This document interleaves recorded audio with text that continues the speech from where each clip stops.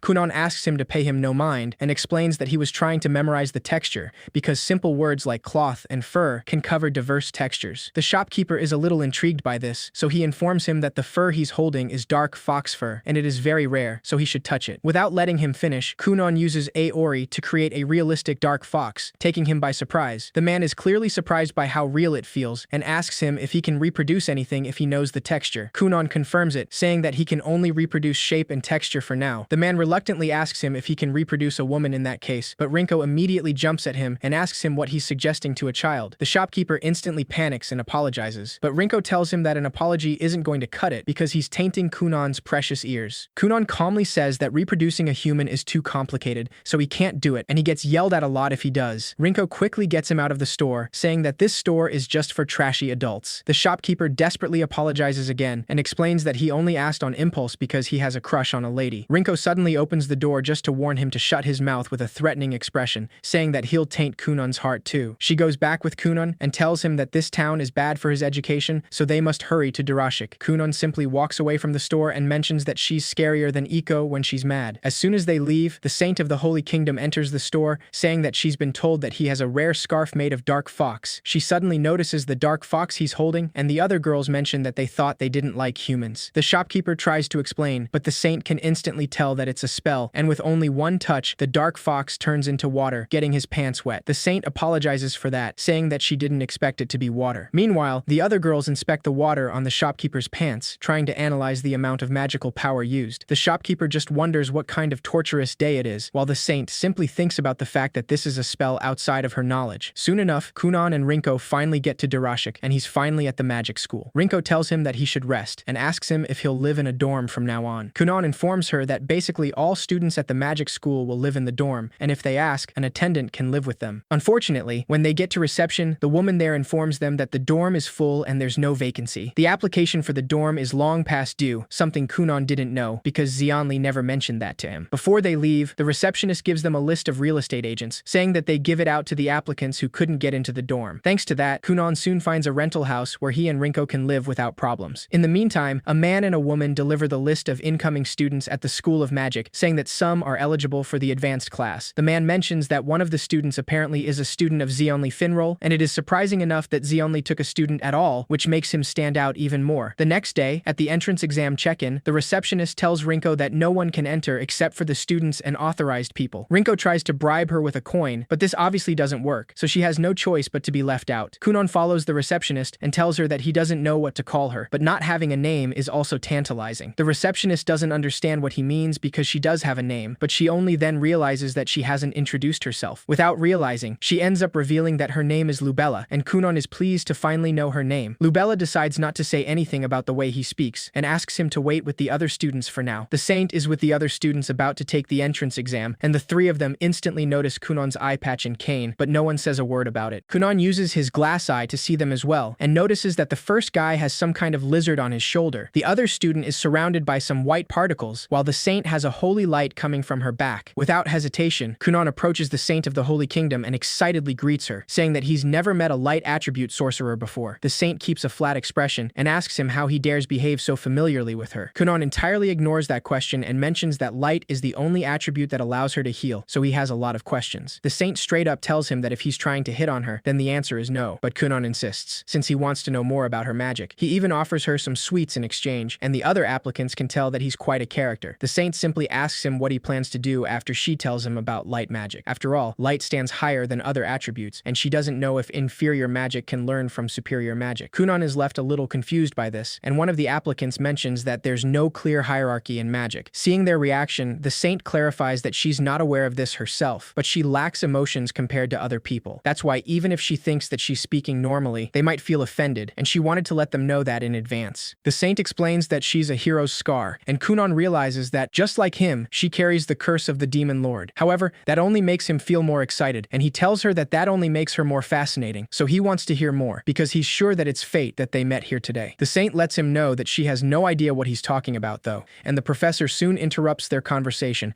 asking them to save their flirting for later. Kunon can immediately tell that the professor is strong, and with his glass eye, he notices that he's surrounded by 4 light orbs. On the other hand, the woman next to the professor is surrounded by mice for some reason. The man introduces himself as Soft Cricket, a professor at the Darashic School of Magic. He mentions that the woman next to him is his assistant, Seifi, who's not an official employee, but more like an associate professor. Without wasting any time, Soft congratulates all 4 of them on their enrollment. The 4 applicants are all surprised by this, except for the saint, who has no reaction at all. They were expecting an entrance exam before passing, but Soft explains that at this school, they can basically pass if they're a sorcerer. They never announce that to the public, of course, and sorcerers with crests are rare and precious, so they would never leave them alone. Kunon is a little disappointed, though, because he studied a lot for the exam. Soft clarifies that they'll still take the exam, and that's why he asked them 4 to be here today. He explains that there are 3 courses at the Darashic School of Magic. The first level, also known as Fundamentals, is a class to learn the basics of magic, as the name suggests. The second level is called Teacher Assisted, and it's closer to how a class is taught in a normal school. It's also the class that has the most students. Lastly, the advanced 3rd level class is also called Independent Research, and they're usually not in their classroom. They can choose what they want to do, what to learn, and study it wherever they like. Soft explains that they can choose to improve their magic skills or develop new spells or write grimoires or invent new magic tools. Kunon already likes that idea because he gets to research what he wants in the advanced class, which is perfect for him. However, Soft clarifies that the advanced class is for fostering the top-tier sorcerers, so getting into it and graduating won't be easy. The 4 of them came with letters of recommendation from their country or their masters of magic because they think they have enough skill to be in the advanced class. Soft informs them that first is the practical skill test, so one by one, he wants them to step forward and tell him their crest's attribute, its rank, and the number of spells they can use. The guy who had a lizard on his shoulders is the first one to step forward, introducing himself as Hank Beat. He tells the professor that he has a 2-star fire crest, and he can use 7 spells. Soft asks him to show him his best spell, so Hank pulls out his magic wand and casts a spell called Karyu. Kunon observes the spell up close, noticing that the flame goes up along the magical power that precedes it. It's an elementary spell that isn't so difficult, and the magical power to determine the root seems more important than the flame itself. The structure is simple, so its applications are limitless. Kunon finds that very informative, and once Hank finishes his spell, Soft recognizes that it wasn't bad at all, since his control is especially excellent. The next student who steps forward introduces himself as Rhea House, and mentions that his attribute is Wind. He's a 2-star, and has 8 spells he can use. Soft is surprised that he can use 8 spells at his age, and tells him that he has a Wind crest as well, which makes him want to root for him. Rhea thanks him for the support, but he nervously asks everyone to keep their distance before he casts his best spell. Once everyone takes a step back, Rhea raises his wand and uses a spell called Fugaru. It's an intermediate spell that draws the magical power in the sky to collect air and turn it into wind to release it. Kunon notices that the intermediate magic uses way more magical power, apparently, not that he can actually see it. It is quite different from the elementary magic, which he finds very interesting. The next one who steps forward is the Saint, who introduces herself as Reyes Saint Lance, and says that her attribute is 3-star light. She mentions that she can use 5 spells, and her best one is healing magic, but since no one is injured right now, she'll use a different spell. Reyes uses her staff to cast a spell called Sorcerer, shooting a ray of light at high speed. Kunon is shocked by how fast that was, knowing that no one would be able to evade that unless they react before she casts it. It is now his turn to step forward, so he introduces himself, saying that he's a 2-star of water and has 2 spells he can use. Everyone is surprised that he can only use 2 spells, unlike the others, but Kunon confidently says that he can use elementary A Ori and A Rubu. Sof is still surprised that he can only use 2 elementary spells, since he's been told to make his exam extra hard despite that. Kunon wasn't aware of this, so the professor explains that he has 2 letters of recommendation under his name. One is from the Grand Master of the Royal Sorcerers of Huglia, Master Londemond, and the other letter is the request to make his exam challenging, which came from his master, Zionli Finrol. Both Hank and Rhea are surprised to hear that name, and they can't believe Kunon is the student of the best-selling sorcerer. Kunon asks the professor if he knows his master, and Sof informs him that every sorcerer in education knows Zionli Finrol, and according to him, Kunon should be able to complete any assignment he gives, so he has to make it extra hard, because he'll show him what his student is capable of. The other students can already tell what Zionli's personality is like just with that letter, and they're not very impressed. Kunon has no other choice but to accept Zionli's request, and Zephi can't keep her words to herself, saying that she can see that his impudence comes from that man. She also complains about how audacious he is, saying that she hates his pretentious calmness and how flirty he is. Sof tries to tell her that she should keep that to herself, but Zephi says that it doesn't matter, because Kunon is supposed to be the masterpiece of that man who rarely acknowledges anyone. That's why she wants to give him the toughest exam him and send him back home. Kunon calmly asks her if she has history with his master, and Zephy denies it with irritation, letting him know that there actually is history between them. Leaving that aside, Soph decides to begin with his practical skill test, and Kunon asks Reyes to watch him because he'll give it his all, and maybe they can go somewhere together afterward. Soph cuts him off and asks him to stop flirting, and he then uses a spell called Furuguru. This is an intermediate spell that creates a wall of wind around the caster, a whirlpool of magical power. Soph asks Kumon to try to hit him with his magic, but the other students know that water will be repelled easily with a wind spell like that, and if anyone touches that wall of wind carelessly, they'll be shredded to pieces. Soph simply waits to see what Kunon will do, because strong wind will shut out water, and those with no attack magic can't possibly break through this wall of wind. He's also on his guard, so even a fairly skilled sorcerer would find this assignment difficult. Not to mention Kunon only has 2 elementary spells, so he really wants to see what he'll do. Kunon only observes his spell in silence for a moment, and then asks him if that's really it, since he thought it'd be more challenging. Soph is surprised to know he's actually unsatisfied, but he still asks him to complete the assignment first, saying that girls won't like him if he's all talk and no action. Kunon is easily convinced with that, so he uses Aori to create several water balls in the air. Soph warns him that he won't be able to break through his Furuguru with that, so Kunon simply starts multiplying his spell. After doing that numerous times, he turns the water red, creating a dense mist that surrounds the professor entirely. Soph recognizes that he has nowhere to run now, but he asks him if that's all he can do. Kunon just uses Aori again to create a chair and tells him that it's over, because he can keep this spell up for at least 2 days, and he knows that Soph can't sustain a spell that requires so much magical power for that long. He won't even last for half a day, and there was no rule about time limit, so this assignment is over. Kunon sits down to prove his point, and Soph soon recognizes his defeat, realizing that Kunon made this assignment into a test of endurance, and he's quite at a disadvantage. If he uses less magical power, the red mist will overwhelm him, so that isn't an option. Compared to intermediate magic, elementary magic is easy to sustain, so he decides to give up. Kunon cheers for his victory, while Soph realizes that Zeonli has sent him a child with frightening potential. Seifi is not happy to know that Kunon passed, but Lubella soon informs them that it's almost time for the interview. She suddenly notices the red water pooling on the ground and screams, thinking it's a sea of blood. Kunon soon realizes his mistake, and it's the second time it happens. Soph takes all the students to a classroom, but Kunon continues talking to Reyes, saying that he'd like to combine her light magic and his water magic. Reyes tells him that she's not interested, but Kunon insists, and offers to buy her a Dirashik specialty, a magic parfait. Once again, Soph asks him to stop flirting, and informs them that they'll now have an individual interview. When he asks them if they have any questions, Kunon tells him that the saint totally shuts him down, so he wants him to give her a warning. Soph simply mentions that he's heard many questions in his life, but that one's definitely a first. Seifi just tells him that they should send Kunon back home, like she suggested. Soph dismisses her proposal with a laugh and gives Kunon a warning, saying that no flirting is allowed until the exam is over. After all, he shouldn't disturb others' peace of mind, because this is a critical moment. Kunon finally understands and decides to sit down, apologizing to Reyes for his behavior, since he knows that ladies' hearts race faster when an attractive gentleman hits on them. Seifi harshly cuts him off and announces that they'll begin with the interviews, so she asks Hankbeat to follow her first. Once he leaves with her, Kunon asks the professor who will interview him and about what. Soph only tells him that he'll see that for himself, and mentions that the topics can change, so it depends. Kunon assumes that they can ask him about the ladies he likes, or how many ladies he's fallen in love with. The professor assures him that no one would ask such questions to a 12-year-old though, so Kunon decides to ask him more about his wind magic. Seifi then returns to take Ria to the interview, so Kunon assumes that they'll be dismissed after the interview. When Soph confirms this, Kunon freaks out and holds on to the saint, saying that he hopes they'll be in the same class, because he doesn't want this to be goodbye. Seifi soon returns to take Reyes to the interview, so Kunon is left alone with the professor. He mentions that he would rather be alone with a lady, and Soph clarifies it's the same for him. That aside, he asks him if he had a next move in mind if there was a time limit in the practical skill test. Kunon affirms that he did have a next move in mind, saying that he was thinking of a direct approach. He was hoping he could do something with erosion, fusion, and gaining control. Soph assumes that he was planning to erode his wind with his mist to fuse with it, and then interfere with his magical power to gain control of the wind. Kunon confirms it, saying that it was his plan, since his gut said it was possible. He explains that gaining control of another is easier from the inside rather than the outside. Magic is connected to the caster, so introduce water, or rather, let it interfere with the other's magic. Water can penetrate most materials, so he thinks it's the best attribute. He wishes he could say that it was also the strongest, but he didn't beat his master, so he can't claim that yet. That's why he wants to study a lot in this school, learn many things, and surpass Zeonli someday. Kunon walks out of the classroom as he speaks, knowing that it's his turn to go to the interview. Seifi guides him to the interview room, but before walking in, Kunon asks her what's on the other side of the door. She realizes that he really can't see, and Kunon feels a soft wind coming from the room, so he asks her if it leads to outside. Seifi clarifies that no one knows for sure, but to put it simply, it's night beyond this door. Kunon asks her if there is solid ground, and Seifi assures him that he won't fall. She asks him if he'll be alright by himself though, and tells him that she can go along if necessary. Kunon tells her that he'll be fine, and mentions that the fact that it is night in that room is actually fascinating. Without wasting more time, he steps into the room and everything goes black. Kunon truly can't see anything, not even with his glass eye, and his magical power can't detect anything either. It's been a while since he's become totally blind, but he can tell that the ground is earth, and he feels wind. He also smells dirt and grass, so there's probably a sky full of stars above him, but he can't see it. A voice suddenly speaks to him, saying that he's Xianli's student for sure. 7 figures suddenly surround him, so Kunon introduces himself, and an old woman approaches him, saying that Xianli was a prodigy, enough to make her acknowledge him. Kunon suddenly cuts her off and asks her not to get too close to him, because he has a fiancée, so he shouldn't get too close to other women. The old woman mentions that she saw him incessantly hit on the saint, but Kunon clarifies that he just wanted to ask her about magic, alone.